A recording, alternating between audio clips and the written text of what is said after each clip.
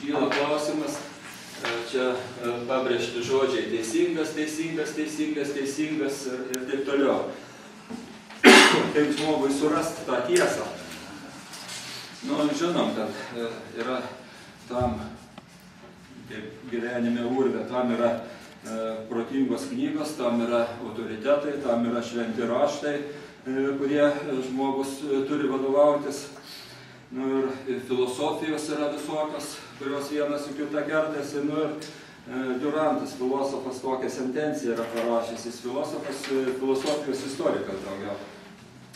Visa filosofijos istorija yra didžių žmonių pastangos įveikti socialinę, moralinę dezintegraciją, sukuriant dirbtinės moralinės normas, tai yra knyginės, pakeičiančias natūrales, dieviškasias, kurios jie patys sugriovė. Tai yra sugriauna žmogaus tą, ką žmogus turi viduj, įdeda dirbtinės kažkokias teisinės ar moralinės ar dar kažkokias normas ir reikalauja iš jų vadovautis. Ir žmogus tiesiog atbunka.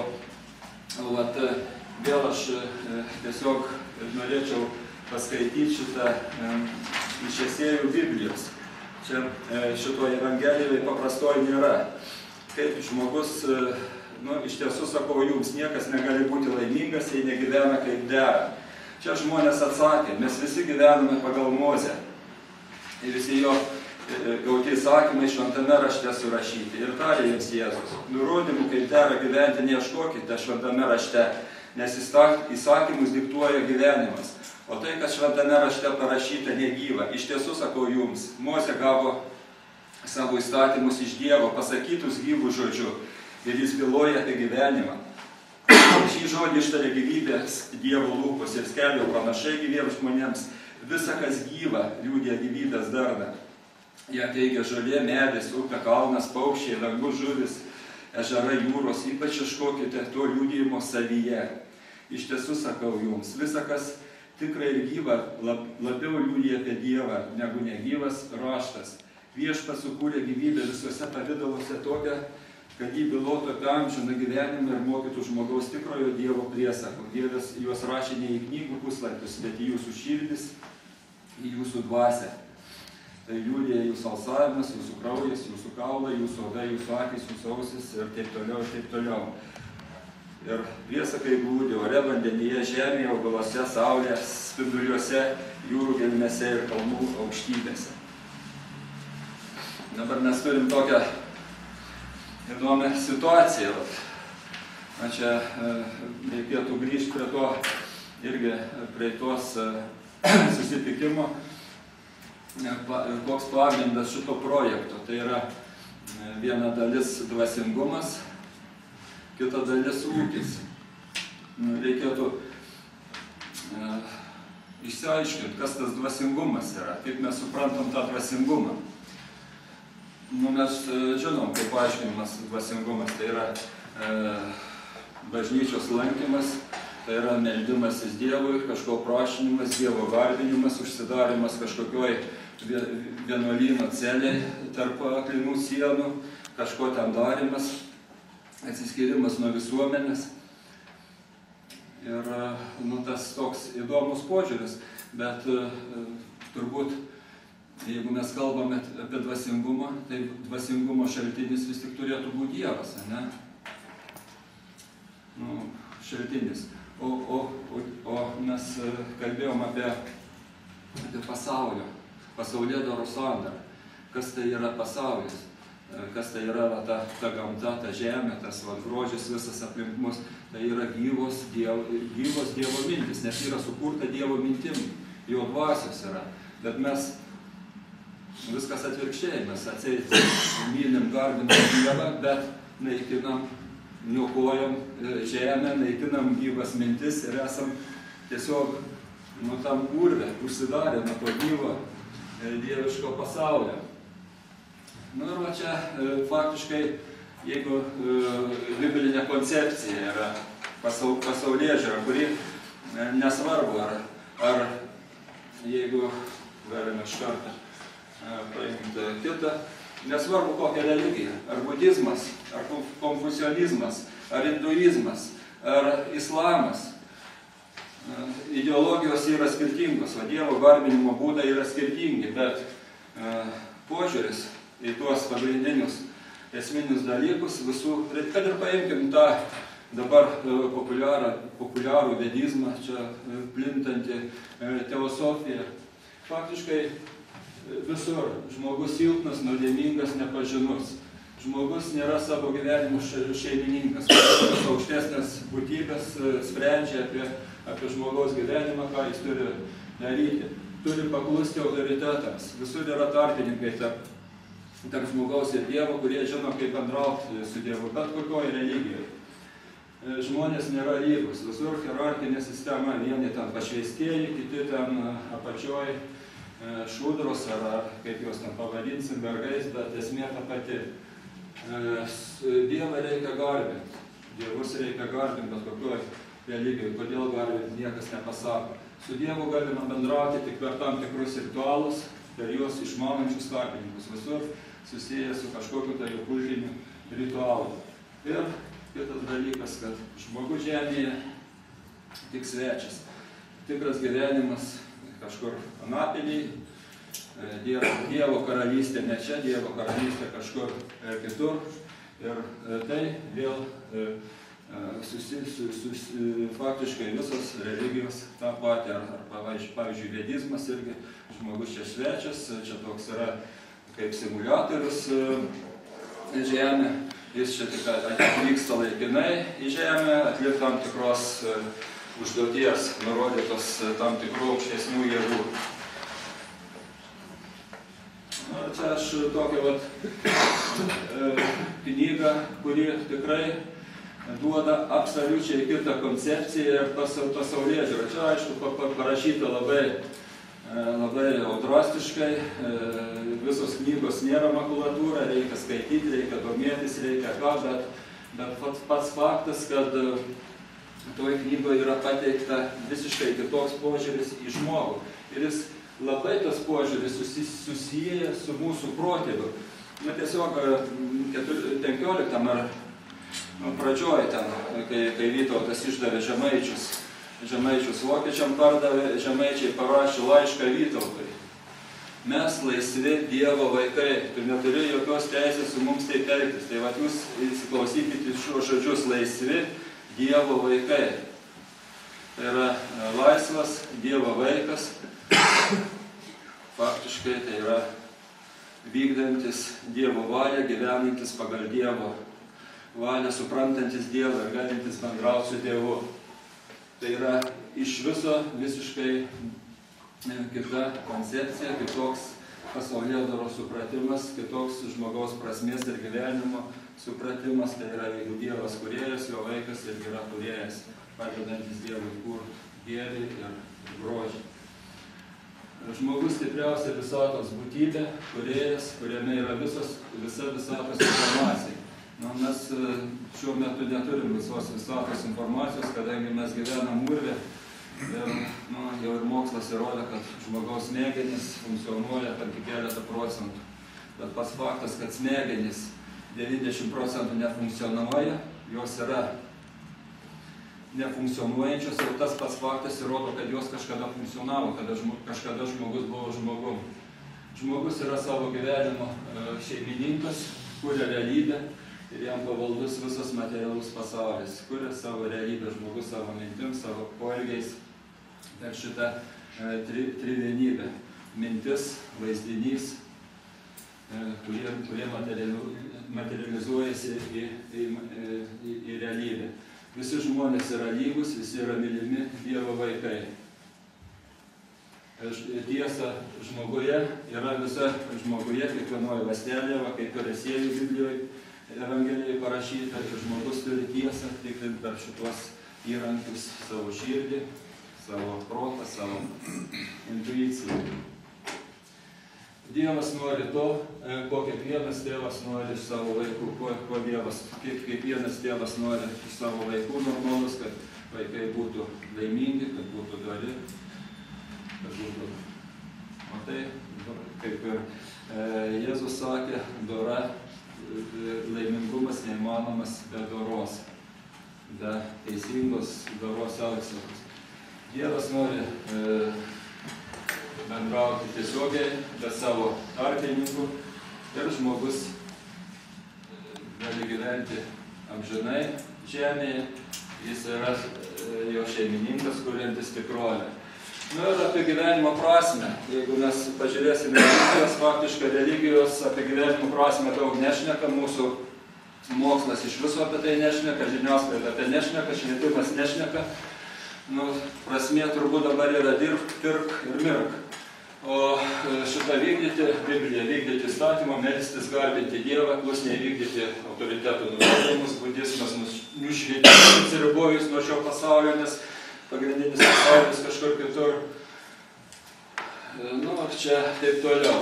Tad mūsų protėvių pasaulėžiūrą tobulinti, gerinti gyvenamąją aplinką. Tobulinti, gerinti, čia atrodo sausi žodžiai, bet norint kažką tai patobulinti šitą kompiuterį, reikia suprasti, kaip jis sukurtas.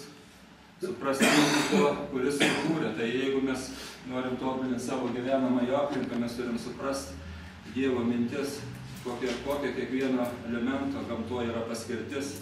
Ir tą darydami mes tobulinsime ne tik aplinką, bet tobulinsime save. Tai yra didelis darbas, kūrybinis darbas. Lietuvos himnas irgi tai yra tiesiog mūsų ateities ir mūsų šitos Lietuvos projekto tiesiog kodas. Aš čia kalbėjau apie drąsoną, apie pasaulėžiūros keitimą, apie mūsų protėvių pasaulėžiūrą. Tai ir yra Lietuva tėvynė mūsų tų didvyrių žemė. Iš praeities tavo sūnus te stiprybę semia. Iš praeities, tai yra iš tų protėvių pasaulėžiūros. Tegu tavo vaikai eina vien tokiais dorybės. Tegu dirba tavo naudai ir žmonių gerybėje. Tai yra dorybė. Yra neįmanomas laimė ir gerybė be dorybės. Saulė Lietuvos. Čia dabar pas mus Saulė Lietuvoje, bet originalas Saulė Lietuvos. Kas ta Saulė Lietuvos? Tai Saulė tai yra ta Lietuvos praeities pasaulėžiūra, kultūra, požiūris. Ir va ta Saulė, būtent ta, kur buvo paveiksliukas išeinant iš olos, tamsumus tegu pašalina, tegu nušviečia mūsų kelią, mūsų žingsnius telyti. Ir tegu meilė mūsų Lietuvos, be meilės mes irgi niekas. Ir būtent tiesos, doros pagrindų, ką mes galim sukurti. Bet aišku, mes turim tą suvokti. Ir čia irgi gali atrodyti drastiškai. Bet čia tiesiog, jeigu mes paimtume miestą, tai yra ta okultinė žmogaus dirbtina sukurta aplinka, kuri, manau, perspektyvų neturi.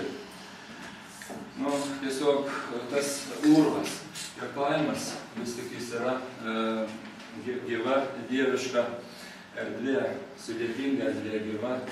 Ir faktiškai suprasti mūsų protėvių pasaulėžiūrą, kultūrą, būnant urve, būnant mieste, mąstant miestietiškom kategorijom, prisijungus prie televizorių, plaunant smegenis, yra sunku. Ir žmogaus vis tik ateitis ir tos programos, gyvenimo būdas susijęs su kaimu.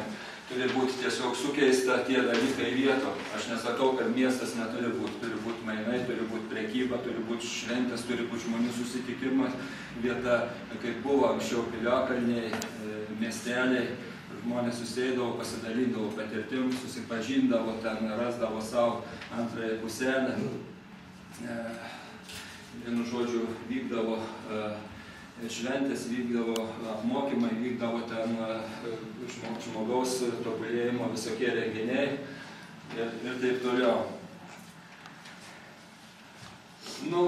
Prieisim prie Lietuvos, jeigu dar galit kentėti.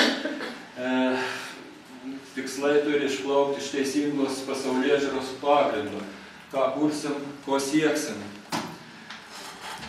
Kaip dabar faktiškai tikslų jokių mūsų valdžia neturi, ko žmonės siekia, ko siekia jaunimas ir ką mūsų švietimo sistema moko jaunimą.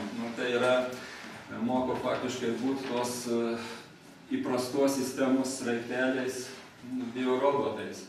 Tai yra ir pagal statistinės apklausas jaunimo šita tendencija, kad didžiausi vertybiniai prioritetai jaunimo pinigai, pramogos yra didėja, o kiti tokie prioritetai, kai draugystė, šeima, meilė eina į apačią. Ir mes galim, kurdami savo projektą, vieni ten planuoja atkurti Lietuvos didžiąją kunigaikštystę, kaip stiprią valstybę, kiti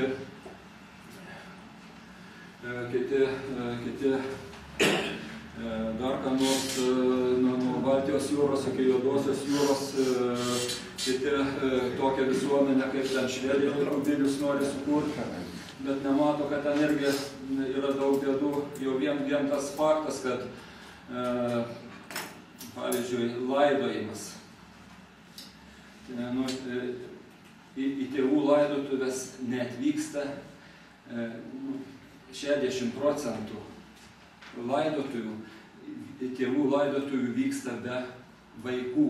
Tai yra visiškas šeimos suirimas, visiškas susvetimėjimas. Tai mes ar to norim? Kur čia taip? Švedija. Norvegija irgi netokia padėtis. Į vienuolinį investiciją ir taip toliau yra tų pagrindinių dalykų, žmogiškųjų tiesiog ardymas. O šitas BVP, kuris irgi dažnai būna apiplėšiant kitas tautas, ne visada užtikrina, neduoda laimės. Nu ir ką mes kursim? Aš vis tik apeliuočiau, kad reikėtų kurti kažką tai tokio, kas neštų žmonių gerybę, tai yra gerovės valstybė. Čia turi ateiti toks Vladimiras, mokslininkas, koordinatorius, jau kelis metus su mokslininkais kuria, bando tą koncepciją Lietuvos valstybė, gerovės valstybė. Jis gal atvyks, gal diskusijoje dalyvaus. Bet yra toks įdomus dalykas, gal užpardau, kad dabar gerovė. Kas tai yra gerovė? Kodėl pas mus, ar jums tenka susidurti, kad kas nors kalbėtų, koks yra gerovės turinys, kas sudaro gerovę? Jūs skaitykit laikraščius, skaitykit knygas, skaitykit filosofinės knygas ir jūs tiesiog nerasit pamąstymų, kas tai yra žmogaus gerovė, kas kuria, mes žinom, kad BVP, ten dar kažkas, ten vartojimas faktiškai. O tiesiog aš suprantu, aišku, viskas reikalinga, čia Vladimiras Novosadas, kurį ką tik minėjau, kas tai yra gerovė. Tai yra dažnai žmogus pasijunta labai nelaimingas, kai kažko netenka, pavyzdžiui, sveikatos, savo artimųjų ir dar kažko. Ir paprastai pasidaro nelaimingas ir beviltiškas tada, kada jis netenka tų dalykų, kurių faktiškai iki tol gal net nevertino ir kurių už pinigus nenusipirksi. Pavyzdžiui, ar gali būti laimingas toks vienišas žmogus, neturintis mylinčių, mylimų žmonių, artimųjų, darnios šeimos, jeigu neturi sveikatos ir gyvena kažkokioj tai sveikatos neužtikrinančioje aplinkoje, šalia kažkokio kamino, kažkokiam šiukšlyne ar dar kažkur, kur tiesiog jaučia, kad tai yra kenksminga jo sveikatai ir kad jis nieko tai negali užsiimti jokia laisva, kūrybinga, prasminga veikla.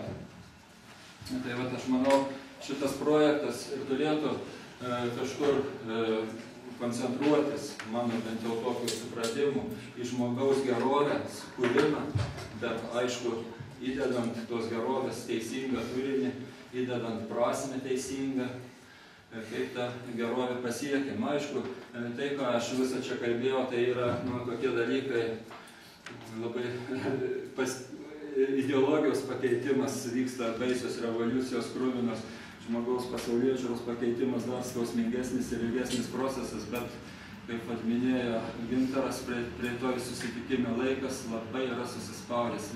Visi procesai vyksta labai greitai ir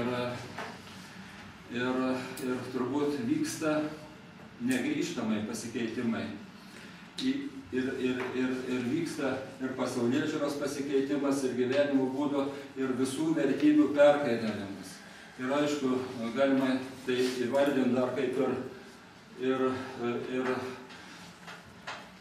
savotišką tą apokalipsę.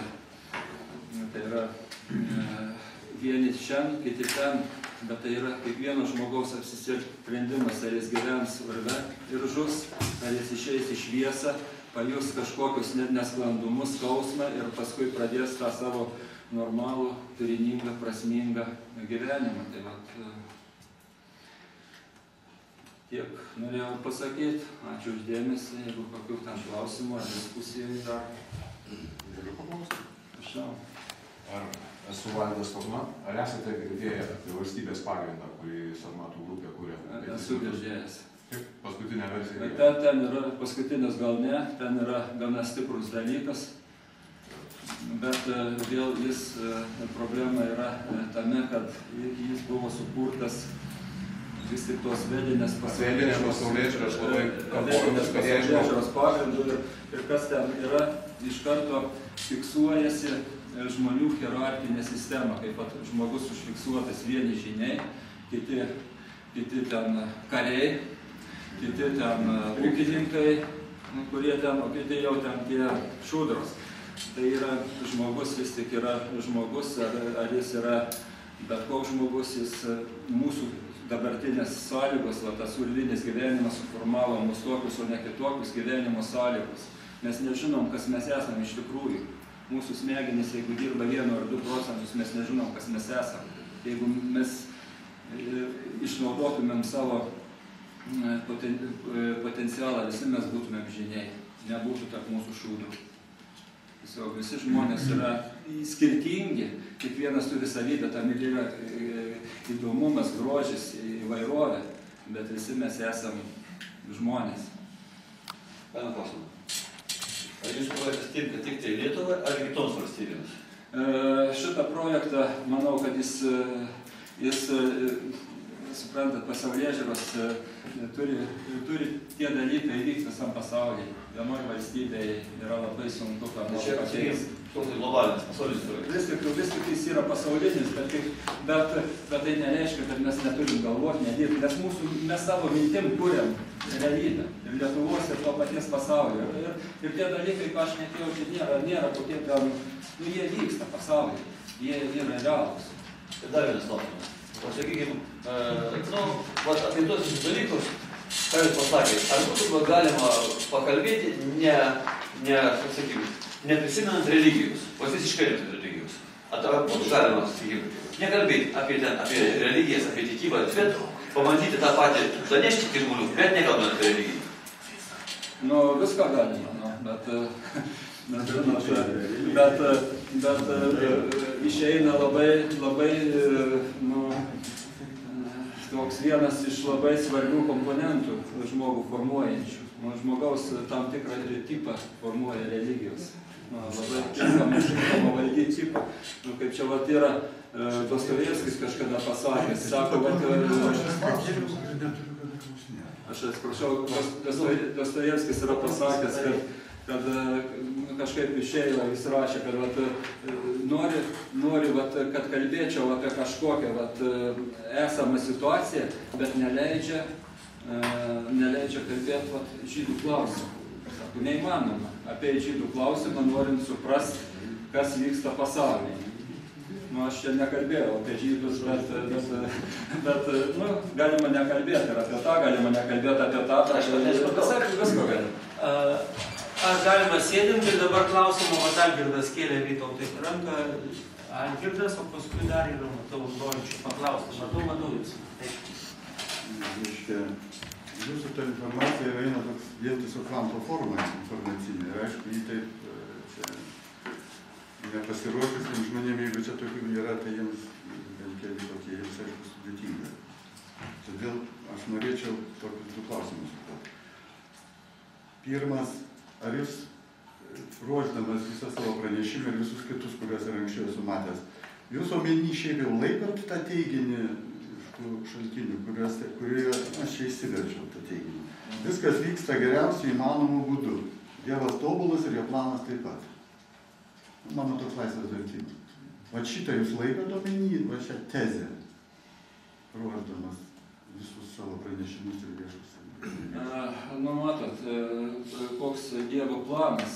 Aš tikiu, kad jis yra tobulas, bet suprantat, Dievas sukūrė tobulą žmogų ir davė jam visišką laisvę pasirinkti. Jis gali galvoti apie blogą, gali galvoti apie gerą. Ir visiškai Dievas nesikiša į žmogaus pasirinkimą. O kad žmogus pasirinko, kaip tas sūnus Palaidūnas, yra ta labai gera alegorija šitoje Evangelijoje, kaip sūnus Palaidūnas paliko tėvo namus, išėjo ten klaidžioti, mes esam tokioj situacijoje. Bet tėvas leidžia žmogui pasirinkti ir klaidžioti, ir klysti, nes tos klaidos irgi yra mokykla. Kaip sako, jeigu tu neturi patirties, tu negali numatyti tolimesnį savo, lengviau suklaidinti žmogų be patirties. Bet jūs pritarėte tam teiginiui, kad Dievas tobulas ir klaidų nedaro. Mes pasirinkimais galbūt darome. Aš nežinau. Ar nesutinkas? Tobulas, netobulas, aš kalbėčiau, kad Dievo kūrinyje tobula yra.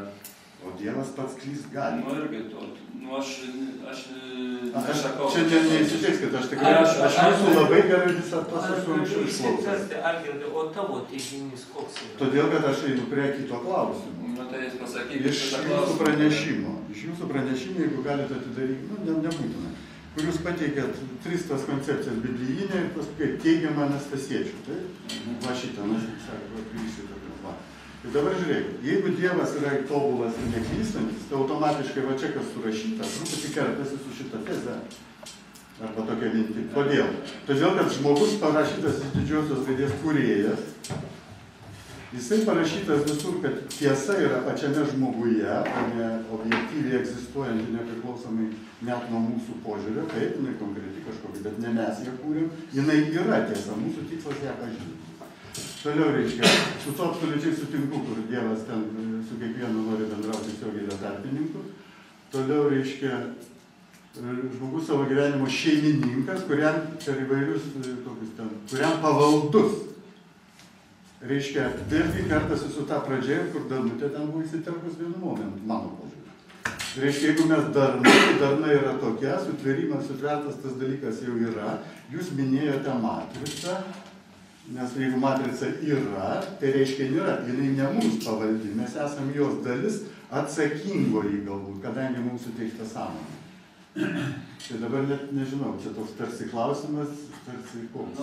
Ar jūs nemanote, kad tai prieštaroja va šitas žalias? Aš supratau, čia išeina iš to mano atsakymo, kad žmogus yra tobulas ir turi teisę pasirinkti savo kelią, gerą ar blogą. Ir vėl čia reikėtų pasakyti, kad žmogus turi visko, ir gėrio, ir blogio, visas energijas, ir puikybę, ir pavydą, ir kas tik bėra. Ir kaip ten bebūtų, vis tik žmogų veikia tam tikras išorinis poveikis. Jeigu žmogus yra harmonijai subalansuotas, jis turi visas tas energijas, tas savybės jausmus, bet jis yra harmonijai, jis yra subalansuotas, nei viena energija nepasireiškia. Jeigu atsiranda kažkoks išorinis poveikis, tai išorinis gali būti iš įvairių egregorų, iš tų navi, kur ta vadinama to pasaulio vaizdinių, tarp kitko tie vaizdiniai ir atvedė mus čia klaidingi vaizdiniai, sukurti neteisingai. Tie žmogų veikia ir išbalansuoja, pavyzdžiui, vieną energiją, kuri pati baisiausia yra puikybė, iškelia į viršų, kuri pražudo žmogų. Žmogus pradeda žeminti kitus žmonės, paverčia juos savo pavaldiniais ir nori pakilti virš kitų žmonių niekindamas kitus. Jis gauna teisingų atsakymų tuo metu. Jeigu žmogų valdo šitie dalykai, jis ir prisijungia prie to egregoro blogojo. Jeigu mes norim eiti ir gauti gerą informaciją, mes turim, tai yra labai svarbu tada į sėkmė. Jeigu mes jungiamės prie to iš šlaidosi.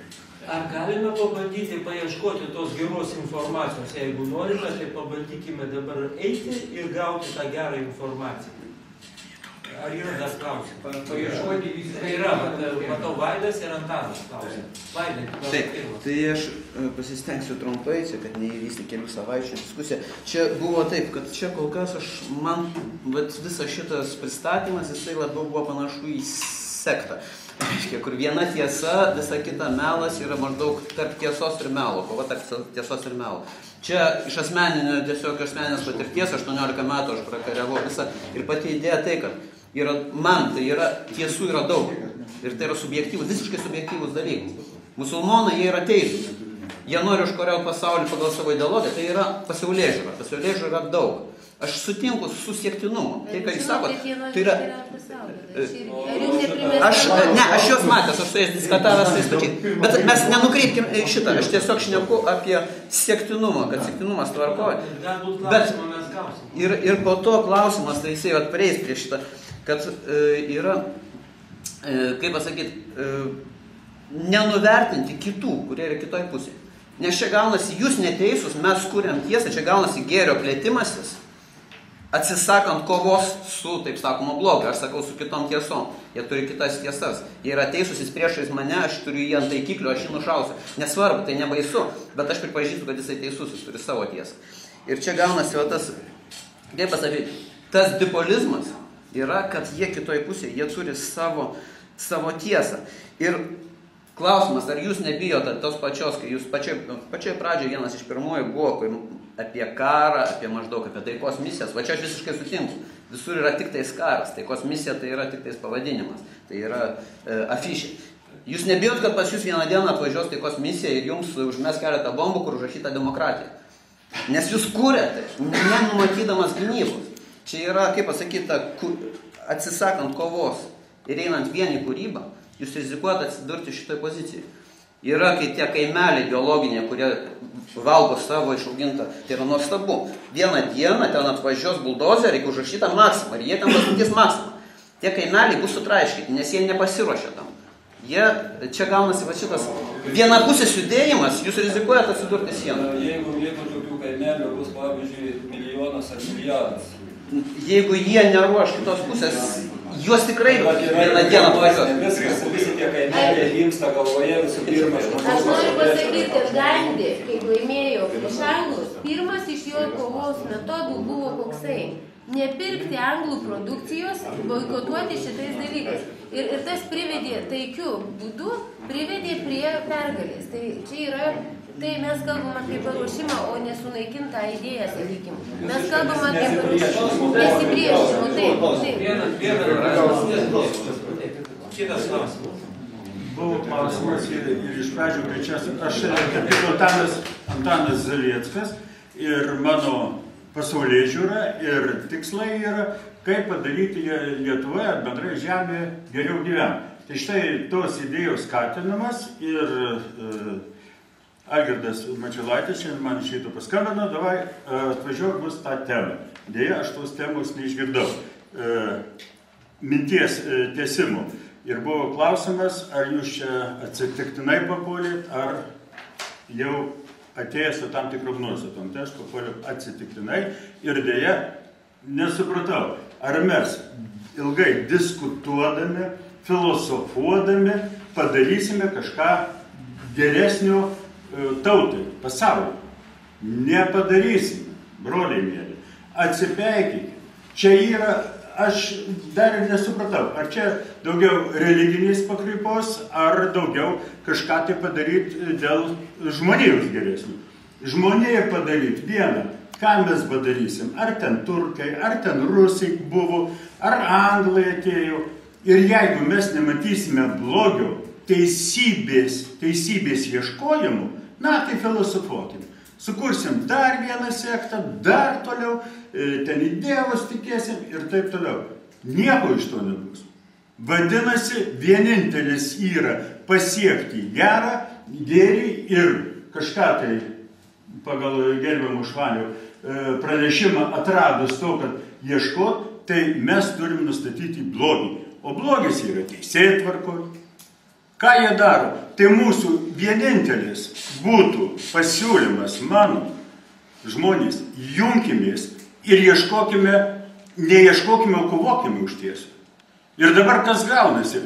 Nenoriu aš čia pirštais rodyti, čia yra ir tų žmonių, kurie ateina, mitingą organizuoja. Mes, sakykime, Šustauskas. Paminėk dabar Šustauską. Oi, chamas, pijokas, alkoholikas. Bet ką jis blogo sakė? Jis ir sakė, kad darykime kažką gero. Tai jeigu jisai siūlo žmogus daryti gero, tai nebijokime mes. Eikime ir palaikykime. Tada mes be jokių filosofijų, be šitų fantazijų, sakykime, ir gausime padėjimą tautai. Dabar mes nedarome. Pafantazavom. O klausimas koks? Tai klausimas ir būtų. Ar mes čia dabar kalbam apie religiją, ar apie kovą dėl žmonijos, sakykime, dėl Lietuvos ateities. Štai ir klausimas, ir aš noriu sužinoti. Ir tada bus atsakymas, ar aš čia atėjau atsitiktinai papuolęs, ar ir toliau šią veiklą daryti. Tai jūs atsakinėsit, ar man Aš nežinau, aš minėjau paskaitos pradžioje, mes galim paimti apsiginkluotų automatais, eiti į gatves, nuversti ant Seimą, sušaudyti visus, ten pakartą ar dar kažkaip suplėšyti gabalus, bet kas bus toliau, ką mes pastatysim. Nu, gal tu norėjai? Ne, tai aš tada, jeigu jūs norėsite. Vieną sekundėlę. Gerbėmėjai, siūlau pristabdyti dabar visą šitą traukinį, kuris važiuoja. Jisai važiuoja iš tikrųjų į tą vietą, kad mes niekada niekam nepasiūlysime, kaip susivieninti, todėl kad nesugebėsime bendro kažko tai padaryti čia. Mūsų čia yra 20 keli. Klausimas, kaip dabar toliau viskas vyksta? Šiuo metu tai yra tai, ko gero, kas reiškiasi įprastoje erdvėje. Kad paima, pasako kiekvienas taip, kaip galvoja, kadangi yra skirtingi požiūriai, skirtingi matymai, skirtingos patirtis, tie skirtingumai pasireiškia ir jie išardo, išdrasko ir kaip išmėto, kaip sprogimo metu į visus pašalus. O kur apribojimai buvo prieš tai? Taisyklės buvo nurodytos? Kaip? Tai nieko nėra, nulis nėra. Vieną sekundę. Tu esi visai teisus. Apribojimų nebuvo. Tai tada refleksijos negali. Refleksija gali. Va tavo klausimas apie apribojimus iš karto yra tuo pat metu fiksacija, bet apribojimų nebuvo. Tai čia yra refleksyvus judesys. Taip pat, tame tarpe. Tai refleksuoti galima net ir tai, ko nebuvo ir ko reikėtų. Ir tai kaip pasakė.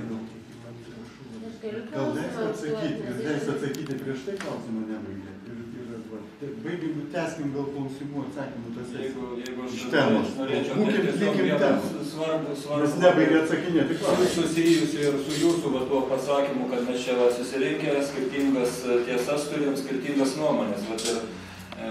Vaidotas pasakė, kad jis mano, kad tiesų yra daug. Bet mes žinom, kad taškas A, taškas B vis tik yra vis tik viena. Ar koks vadaikta, jeigu mes įskris žemyn ir neįs į šonę, neįs aukštyn. Tiesa, yra vis tiek kažkokia tai programa, o mūsų tie ginčiai visi kyla ir daug tiesų kabutėse tada, kada mes kiekvienas esame prie savo melo. Bet mūsų tikslas būtų surasti tą tiesą, tą tikslą teisingą, ko mes siekiam iš Lietuvos. Aš tą norėjau ir pasakyti, o čia, kad kokią sektą jūs, aš pateikiau teiginius, iš ten, kiek tie teiginiai teisingi, kaip jums atrodo, jūs spręskit patys, kurie teisingi, kurie neteisingi, kurie tiesa, kurie yra ne visai tiesa. Galim? Man tai labai, aš vis tiek jaučiuosi tą lietuvį ir kaip ir skaudės tie mūsų žmonėm ir skauda. Ir man labai taip gaila, kad mes kažkaip tik prieš akis dabar turiu Lietuvos himną. Ir mažai rėmėmės tą mūsų iš tokių iškilių žmonių ir mąstyseną, ir filosofiją. Ir mes, jeigu, sakykime, organizuosim savo žmonės, vienysim, tai jie nešasi tą savo kultūrą, jau jie turi tą bagažą, tai yra mūsų protėvių bagažas. Ir mes turime tai atsižvelgti ir tai panaudoti ir pajungti. Tai truputį man čia trūko. Tai toks kaip ir klausimas, kad ateityje tikrai tuo reikėtų remtis, nes tai yra didžiulė stiprybė ir didžiulis bagažas yra mūsų. Tai čia toks mano pastebėjimas būtų. Klausimu konkretų, nepasinedarime. Ar įmanoma šitoje auditorijoje surasti vieną tiesą? Atsakymas priima tik tai taip arba ne? Ar įmanoma ar neįmanoma? Vis laiko bėgiai taip. Laiko bėgiai taip. Jo, nes žmogaus, jeigu tiesiog yra, vis tiek kiekvienas žmogus turi susiformavusius stereotipus ir stereotipą pakeisti staigiai, jis iš karto gaunas pasipriešinimas, jeigu išgaunas. Tik tai to laiko, neaišku, žmogaus laiko, tiesiog iš vieno, iš kito išgirs, turi susidaryti informacinės erdvė. Tarp kitko valdymas, bet koks valdymas, tai yra informacinis procesas, neįmanoma ką nors pakeisti, nepateikus, neplatinus informacijos. Turi žmogui tą dalyką, kad jis pradėtų suvokti, kad jis būtų toje erdvėje informacinėje. Bet koks dalykas, mes važiuojam į kurortą su kažkokiu mašina ar lėktuvu, mes esam jau valdomi kažkokios informacijos, kad mes važiuojam būtent ten, o ne kitur, kad mes važiuojam tokiu būdu, o ne kitokiu. Tai yra elementarūs valdymo dalykai, valdymas ir informacinis dalykas. Ir ta mūsų programa, kokia ji bus, tai yra irgi informacinis dalykas, informacijos pateikimas visuomeniai, platinimas.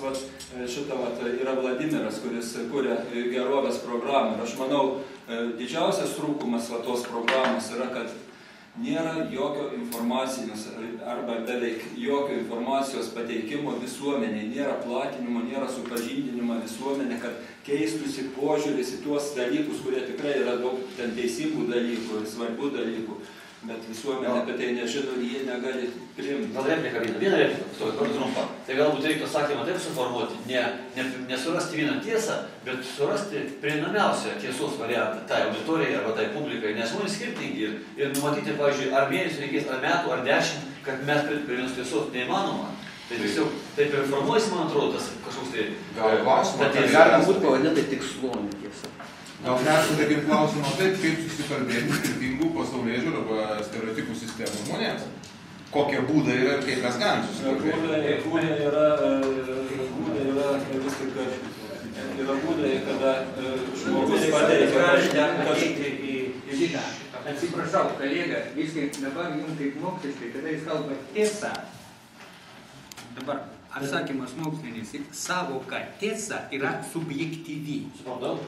Savoka teisybė, aš nežinau, ar tiksliai aš verčiu istina į pravdą. Tiesa yra subjektyvi, teisybė yra objektyvi. Ir ta mūsų visa. Tai kada formuluojant, ar galim mes ateiti prie vienos, iš karto išeina paradoksas.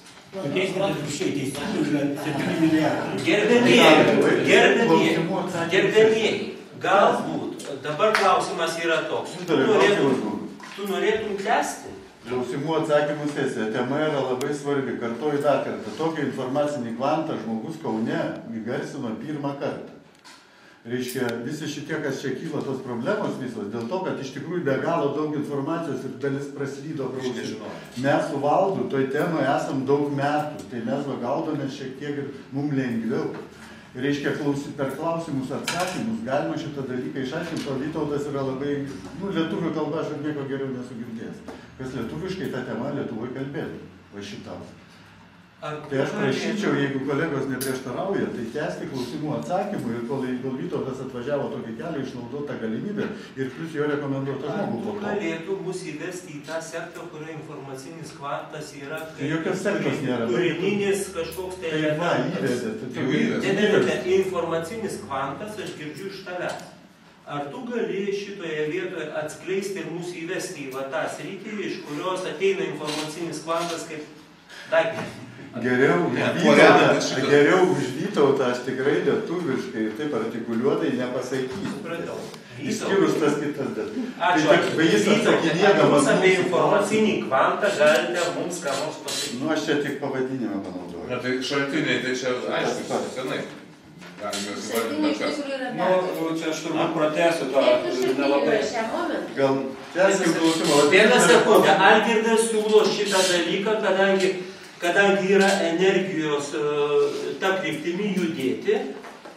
Aš bandžiau pasiūlyti kitą kryptimį kažkokį tai judesį ir nespėjau pasiūlyti iki galo. Algirdas siūlo grįžti prie to, kadangi tai yra pakankamai stipri energija. Aš tiesiog valdo šitą, jeigu Skirtingų pusiau pasaulėžiūrų. išmaršau, ką aš ten kalbėjau. Skirtingų stereotipų sistemų arba skirtingų pasaulėžiūrų žmonės čia susirinkę. Ir vat kaip jiems susikalbėti, koks galėtų būti, kokie galėtų būti būdai. Tai va, būdai ir yra, pateikimas informacijos ir tos informacijos teiginių, informacinių argumentavimas. Ir žmogus, aišku, jeigu jam iš karto atmetimo reakcija kyla, jis nesusikalbės. Jeigu jos stereotipų sistema yra visai kitokia, nes neįeina jos augimo. Bet jeigu žmogus susimastys ir gali padėti aplinka, išorinis poreikis, mūsų ta realybė gali padėti suprasti tą dalyką, kad kažkas ne taip yra, kad tiesiog mūsų ta realybė, visos tos nesąmonės, kas dabar vyksta, jos gilėja iš visų pusių, kas vyksta iš Europos Sąjungos, kokie nesąmoningi spaudimai Lietuvai, baisus. Tai tiesiog šitie dalykai, kas vyksta, žmogus jaučia, kad kažkas vyksta ne taip. Tie dalykai, tas išorinis poveikis gali padėti žmogui susimastyti ir pradėti gilintis į tą argumentaciją. Ar atmest, ar neatmest. Žiūrėkit, turiu pasiūlymą. Susipažinimui visiems vienas su kitu, per tai matysis pasaulėžiūra ir visa kita. Vat kiekvienas einam taip rateliu ir pasakom, kokį tu matai Lietuvos modelį. Koks matau modelį. Ir matysim tada visus. Ir tada gimdysim bendrą modelį. Reikia limituoti laiką. Jo, 5 minutės, kiekvienas. Mažiau tas. Tai Montanas skaičiuoja laiką, 3 minutės. Jeigu 5 minučių po esvalą. Ir mes būsim aiškus vieni kitiem ir tie modeliai formuosis į vieną. Tai va labai greitai viskas ir prašom, pamastom. Ir kokį? Tu gali skaičiuoti laiką. Atsiprašau dar. Aš atsiprašau. Danutė, Algirdai, labai jūsų atsiprašau. Reiškia, paklausykit dar kartą. Nu, tiesiog patikėkit. Juk girdėjai, atsimink, kaip aš reklamavau šitą įvykį pats. Nu, bet tau skaudžia valandą, bet vis tiek. Vytautas, kartoju dar kartą. Vytautas, iš man žinom, gal aš ko nors ir nežinau ten visų kitų. Vytautas, kiek aš ir mačiau ir YouTube'e įrašų, geriausiai pateikia ir per tą informaciją, kuri yra tikrai Lietuvai svarbi. Kad jūs dar labiau sudominčiau, tai skirtingai nuo Valdo, aš jums galiu dar tiek pasakyti, irgi tą patį minėjau. Šitas, kaip jums atrodo, chaotiškas parašų rinkimas buvo puikiausiai valdomas. Puikiausiai duotoj situacijoje, atsižvelgiant į tą realybę, kuri buvo pateikta toj schemai ir akcentuojant tai, kad Lietuva yra kolonijinė didelės imperijos dalis. Ir kolonijų sąlygom buvo įmanoma tą viską daryti taip, o ne kitaip. Reiškia, ir ta informacija, kurią pateikia Vytautas, jinai yra vos nesukramtyta dalis. Ir per klausimus, atsakymus, kas neaišku, mes pirmiausiai galim išsiaiškinti. O po to, žinoma, jau galima tą visą daryti, kaip tu siūlo. Jau rodyti save. Bet dabar mums reikia, aš kaip, egoistiškai kalbu, bet išgręžti šitą žmogų, šitos atvažiavusius. Mes galime 2 valandas. Tai kad ir 10 valandų. Ar galime, pavyzdžiui, padaryti darbą grįžimo procese ir išgręžti? Mes patys viens kitą pristatinėti, čia aiškintis, mes galim bet kada, ypač kauniečiai, Valgirdai. Mes galim susitikti su kasdieną. Aš tiesiog pasakysiu, tą, ką aš nekėjau, labai suspausta informacija.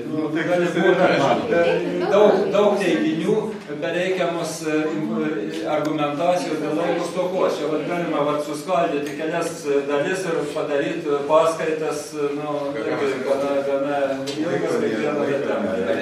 Ir dar aš atsiprašau, dar vienas, čia vis tik mūsų tą temą, aš nežinau, gal išgręšit, gal mane kitą kartą šitą, dar būsiu gyvas, manau, ilgą laiką. Vat yra Vladimiras Novosadas, jis kaip tik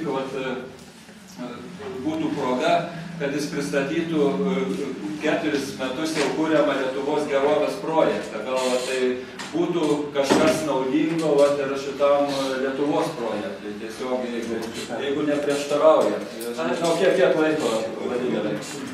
Aš iš tiesų sutikčiau dėl to, kad šiuo metu vyksta mano supratimu koks dalykas.